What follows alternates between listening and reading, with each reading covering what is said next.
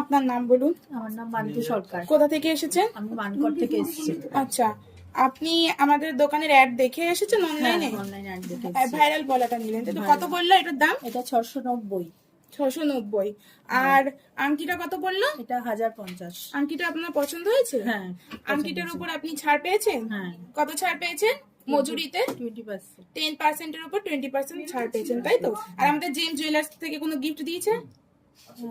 এই যে গিফটটা আপনাকে দিয়েছে, গিফটটা আপনার পছন্দ হয়েছে? হ্যাঁ, গিফটটা পছন্দ হয়েছে। আচ্ছা ম্যাম, আপনি অনলাইন কাস্টমারদেরকে কি আসার জন্য সাজেশন দেবেন?